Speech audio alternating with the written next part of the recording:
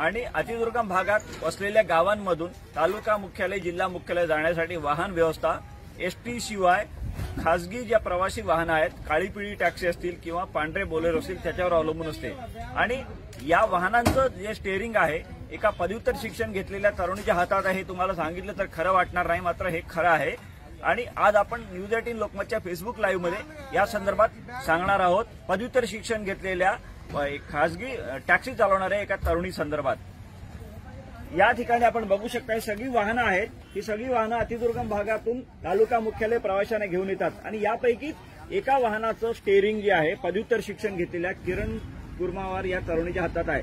समोर हे जे बोलेरो वाहन आहे, खासगी टॅक्सी आहे आणि तिची दुरुस्ती करत आहे ही मुलगी, ही किरण कुर्मा आहे, पदव्युत्तर शिक्षण घेतलेली मुलगी आहे। तिच्या 3 बहिणींपैकी किरणचं हैदराबादमध्ये शिक्षण झालं। हैदराबादच्या उस्मानिया विद्यापीठातून किरणनं MA अर्थशास्त्र केलेलं आहे, पदव्युत्तर शिक्षण घेतलेलं आहे। आणि त्या दरम्यान वडिलांची प्रकृती बिघडल्यामुळे वडिलांना हातभार लावण्यासाठी किरण जी आहे गावाकडे परतली। त्याच्यापूर्वी तिनं काही काळ चंडीगडमध्ये एक खासगी कंपनीत नोकरी केली होती। महत्वाचं म्हणजे किरणनं गावाकडे परतल्यानंतर वडिलांची जेव्हा टॅक्सी चालवायचा निर्णय घेतला त्यावेळी किरणच्या टॅक्सीमध्ये बसायला लोक घाबरायचे, कारण एक मुलगी आपल्याला सुरक्षित कसं घेऊन जाईल असं लोकांना वाटायचं। नंतर मात्र लोकांचा विश्वास बसला। आज 120 किलोमीटरचा प्रवास जंगलातून रोज किरण पूर्ण करते आणि प्रवाशांना सुरक्षित ठिकाणी पोहोचवते। रेगुंटा हा राज्याचा शेवटचा चौक आहे, त्या भागाला श्रीलंका बेट असं म्हटलं जातं। त्या भागातून सिरोंचा तालुका मुख्यालयापर्यंत किरण या प्रवाशांना सुरक्षित घेऊन येते आणि इथून परत लोकांना घेऊन जाते। 120 किलोमीटरचा प्रवास होतो। मात्र इथंच किरणचा प्रवास संपलेला नाहीये। वडिलांना आर्थिक मदत या वाहनाच्या माध्यमातून करत असतानाच किरणनं उच्च शिक्षणाचा ध्यास बाळगला आणि त्यासाठी परदेशात कुठं प्रवेश घेता येईल या संदर्भात प्रयत्न सुरू केले आणि किरणच्या प्रयत्नांना आता यश आलं असून किरण जी आहे किरणला लंडनच्या प्रसिद्ध लीड्स विद्यापीठामध्ये प्रवेश मिळालेला आहे। 86 जगातल्या ज्या 86 मानांकन असलेले विद्यापीठ आहेत त्यामध्ये 86वे मानांकन असलेलं हे लीड्स विद्यापीठ आहे आणि त्या ठिकाणी MSc मार्केटिंग यामध्ये किरणला आता प्रवेश मिळालेला आहे। आपण किरणशी संवाद साधूया।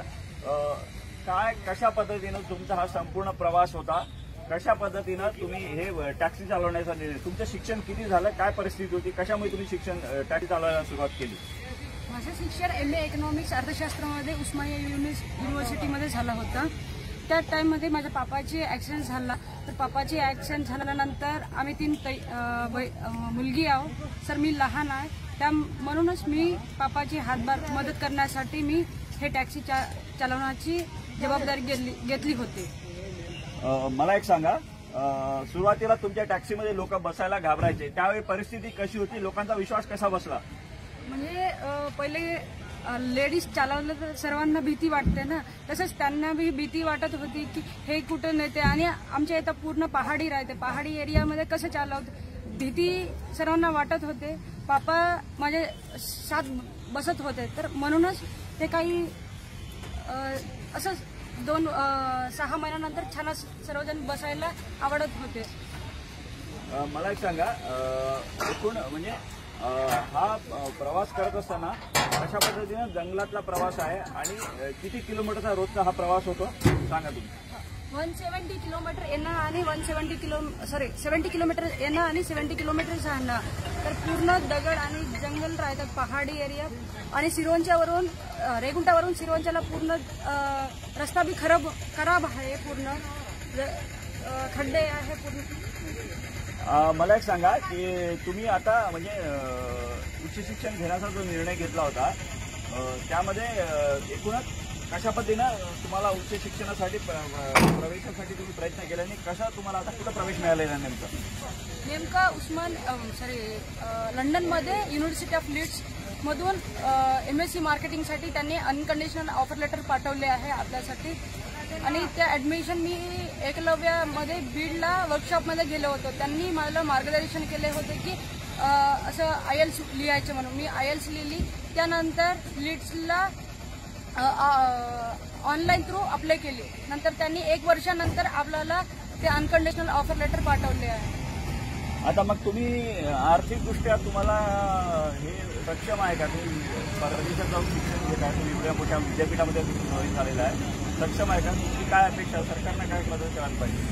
युनिव्हर्सिटी नाही का आपला QS रँकिंगमध्ये 86 आहे, तर आपला गव्हर्नमेंट काही मी अपेक्षा करताय की स्कॉलरशिप नाही तर काहीतरी फंड डोनेट करण्याची, क्योंकि माझ्या 27 lakhs म्हणजे मी तेवढे काही देऊ शकत नाही आणि पापा बी देऊ शकत नाही. आमच्या इथं 3च गाड्या चालतात, ते 3च गाड्या सेकंड हँडची आहे, तर हे विकलं बी आम्हाला 27 lakhs येते नाही. आणि बँकमध्ये लोन घेण्यासाठी बी तेवढे काही शेत वगैरे नाही आहे. तर मी अपेक्षा करते की गव्हर्नमेंट काहीतरी सपोर्ट करावा म्हणून. कारण कुरमारचा हा जो प्रवास आहे, पदव्युत्तर शिक्षण ते टॅक्सी चालक आणि परत आता उच्च शिक्षणासाठी परदेशात प्रवेश, हा खूप म्हणजे प्रेरणादायी प्रवास आहे. आता यात आर्थिकदृष्ट्या किरणला मदतीची अपेक्षा आहे. सरकारने या संदर्भात पुढाकार घ्यावा अशी किरणची अपेक्षा आहे. महेश तिवारी, न्यूज 18 लोकमत, गडचिरोली.